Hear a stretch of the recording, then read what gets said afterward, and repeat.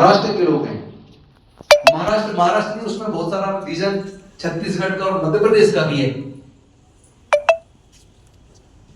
और विशेष रूप से मैं महारों के लिए कह रहा हूं, वही ज्यादा बौद्ध बने, लेकिन आज भी अपने नाम के पीछे बौद्ध नहीं लिखते, जाति की पहचान चिपका के साथ रखते हैं। तो हमारी एकता बनेगी कैसे?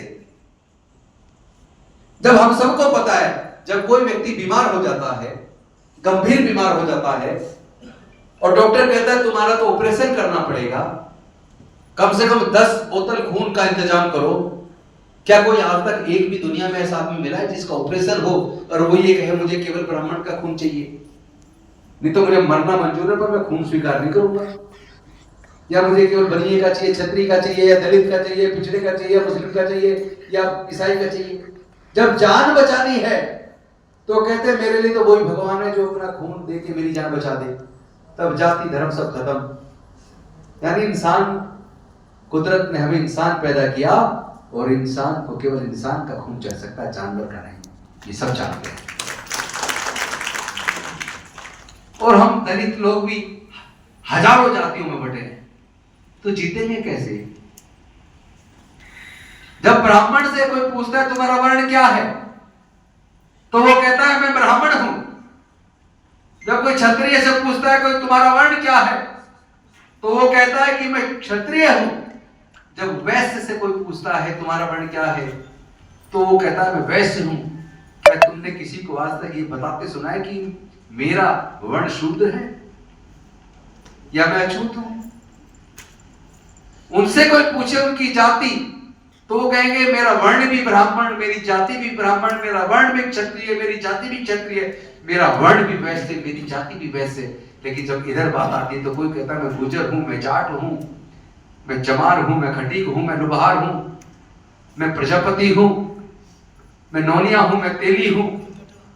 मतलब सब अपनी अपनी जाति बता देते। जब तुम इतनी हजारों जातियों में बढ़ गए और वो 3 वर्ण के लोग एकजुट हैं, तो उनसे जीतने का तो एक ही मंत्र है, वो जो डॉक्टर बाबा साहेब अम्बेडकर ने दिया था, मी भारत बौद्ध में करी, मैं भारत को बौद्ध में करूंगा। बौद्ध एक जीवन पद्धति है, ये उनके धर्मों जैसा नहीं है। क्योंकि उनके जो धर्म चलते हैं वो धर्मशास्त्र से चलते हैं। क्रिश्चियनिटी बाइबल से चलती है, इस्लाम कुरान से चलती है, और हिंदू लोग गीता से चलते हैं। लेकिन हम लोग किसी ऐसी धार्मिक पुस्तक से नहीं चलते।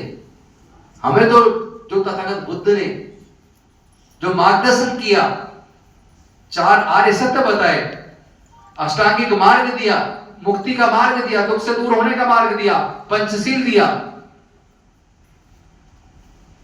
हमें तो इतना कुछ दिया। और उन्होंने खुद कह दिया कि किसी बात को इसलिए मत मानो कि ये मैं कह रहा हूं, किसी बात को इसलिए भी मत मानो किसी बड़े व्यक्ति ने कही है, किसी बड़े ग्रंथ में लिखी है। किसी भी बात को मानने से पहले सुनो, जांचो, परखो, अपनी बुद्धि और विवेक की कसौटी पर तर्कपूर्ण तरीके से कसकर देखो, उसके बाद अगर आपको लगे ये बात सही है तब मानो। ये है धम्म। धर्म में और धम्म में ये बड़ा अंतर है।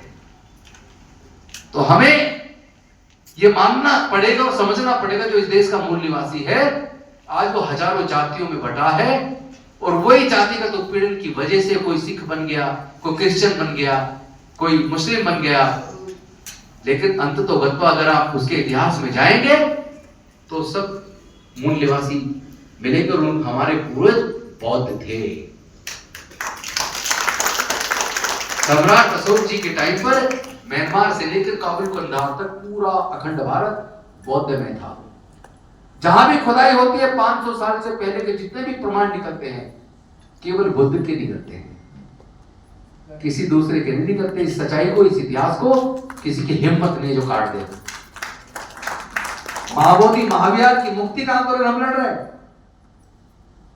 इन लोगों को शर्म भी नहीं आती। इनको तो ये भी एहसास नहीं है कि जहां आपने राम मंदिर बनाया अयोध्या में, खुदाई में वहां सारे अवशेष बुद्ध के निकले, वो बुद्ध की साकेत नगरी थी।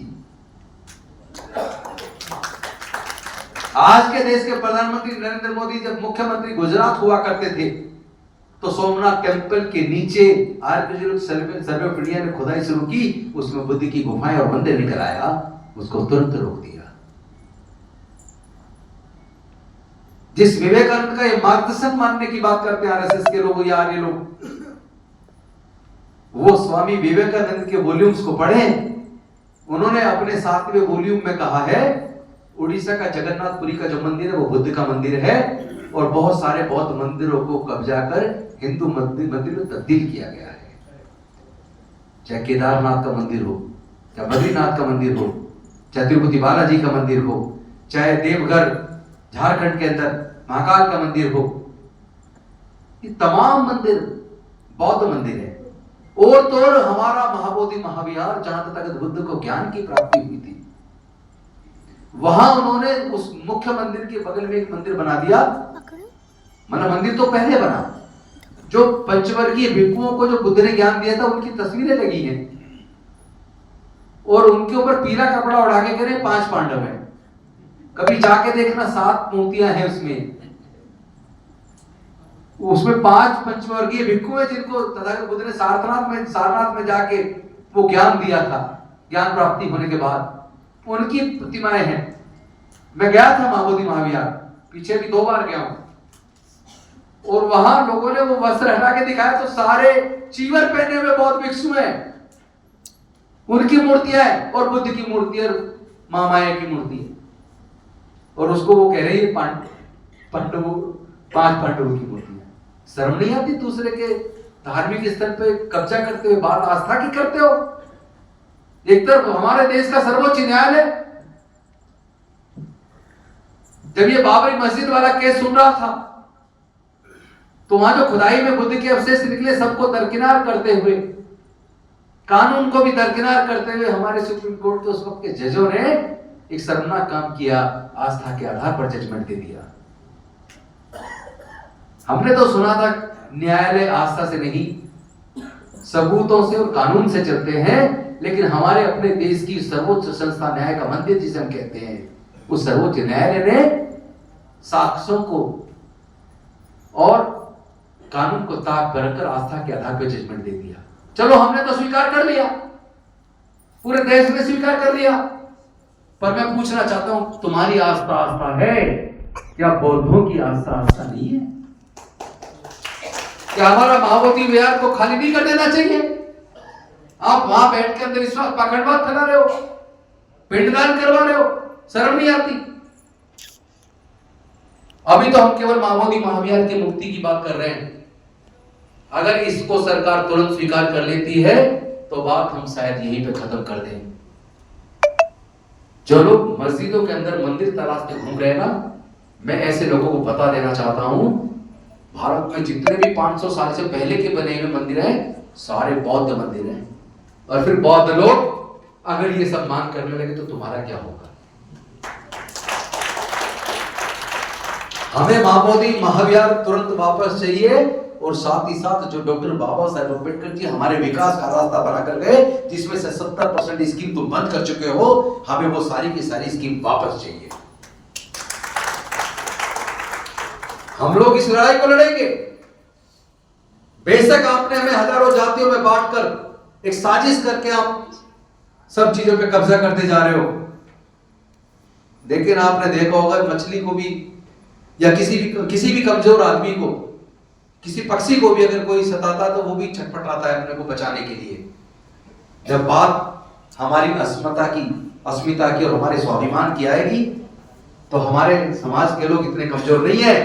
आज अगर बौद्ध लोग हाथ जोड़ के निवेदन कर रहे हैं, हम हाथ जोड़ना जानते हैं तो हाथ मरोड़ना भी जानते हैं, और जरूरत पड़ने में हाथ तोड़ना भी जानते हैं। जरूरत पड़ी तो ऐसा भी करेंगे। लेकिन हम डॉक्टर बाबा साहेब अम्बेडकर को और बुद्ध को मानने वाले लोग हैं, और बुद्ध ने दुनिया को शांति और मानवता का संदेश दिया, तो हम तो शांति से संवैधानिक तरीके से मांग कर रहे हैं। धरना चल रहा है वहां पे 12 फरवरी से, सरकार के कान पे जू नहीं चल रही। कम से कम 15 देशों विदेशों में भी प्रदर्शन हो चुके हैं महाबोधि महाविहार की मुक्ति को लेके। भारत के कोने कोने में प्रदर्शन हो चुके हैं। लेकिन सरकार बिल्कुल ऐसे कर रही है जैसे कबूतर बिल्ली को देख के आंख मीच लेता है और सोचता है जान बच जाएगी। जिस प्रकार कबूतर की जान आंख मीचने से नहीं बल्कि उड़ने से बच सकती है, उसी प्रकार इस सरकार की जान महाबोधि महावीर को मुक्त करके बच सकती है, आंख मीच कर नहीं बच सकती। मेरी बात से आप लोग सहमत है नहीं? मैं चाहता हूं आप आगे से इस तरह के प्रोग्राम ज्यादा से ज्यादा करें, लेकिन पूरे परिवार के साथ शामिल हो। बच्चों को भी, हमारे युवाओं को भी तो पता चले कि हम जो आज जिस स्थिति में पहुंचे हैं किसी की कुर्बानी है उसके पीछे। कितनी मार खाई होगी हमारे माँ बहनों ने, हमारे बुजुर्गों ने। 15-15, 16-16 घंटे काम ले रहे, आदमी थकता नहीं क्या? थक के बैठ गया तो फिर पीछे से लात पड़ी या हंटर मार दिया, लाठी मार दी, काम कर।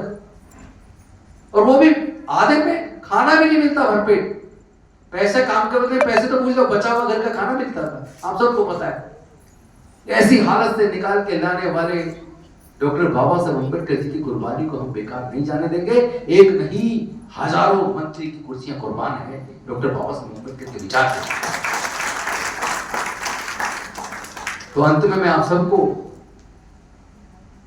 सम्राट अशोक जी की जयंती की भी, ज्योतिराव फूले जी की जयंती की भी, डॉक्टर बाबा साहब अम्बेडकर जी की जयंती की भी, बाबू जगजीवन राम जी की जयंती की भी, पेरियार जी की भी जयंती की शुभकामनाएं देता हूं। आप सबको बहुत बहुत बधाई, बहुत बहुत शुभकामनाएं।